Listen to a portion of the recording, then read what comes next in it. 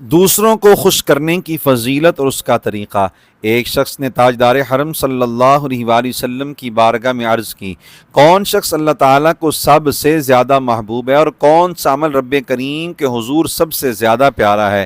آپ صلی اللہ علیہ وآلہ وسلم نے فرمایا، احب الناس الی اللہ انفعوہم للناس، یعنی لوگوں کو زیادہ نفع پہنچانے والا مسلمان اللہ کے محبوب ترین بندوں سے ہے۔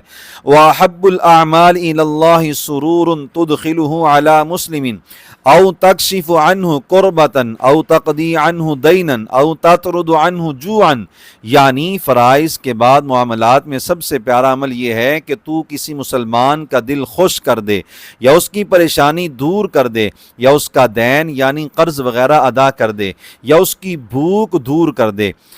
وَلَأَنْ أَمْشِيَ مع خلی فی حاجت احب الی من ان اعتکف فی هذا المسجد، یعنی مسجد المدینہ شہرا، یعنی اپنے مسلمان بھائی کے ساتھ اس کی ضرورت پوری کرنے کے لیے جانا مجھے اس مسجد نبوی میں ایک ماہ اعتکاف کرنے سے زیادہ پیارا ہے۔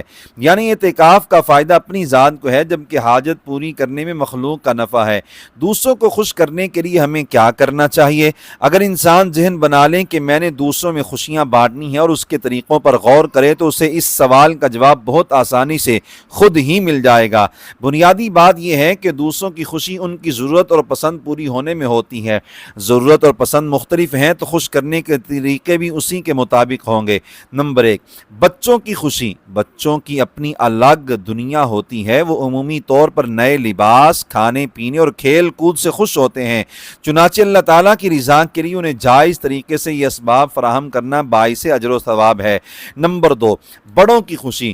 عمر رسیدہ رشتہ داروں خصوصاً والدین کی خوشی اپنے بچوں کے ساتھ ملاقات اور باہم گفتگو میں ہوتی ہے۔ ارشادات نبویہ کے مطابق والدین کی خوشی سے اللہ تعالیٰ راضی ہوتا ہے اور صلہ رحمی سے عمر میں برکت ہوتی ہے۔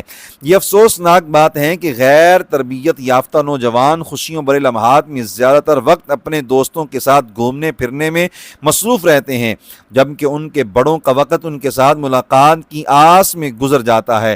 نمبر 3، غریبوں کی خوشی۔ ضرورت مند کی سب سے بڑی خوشی یہ ہوتی ہے کہ اس کی حاجت پوری ہو جائے، لہٰذا حسب توفیق حاجت مندوں کی ضروریات پوری کر کے ان کی فرحت کا سامان بھی کرنا چاہیے۔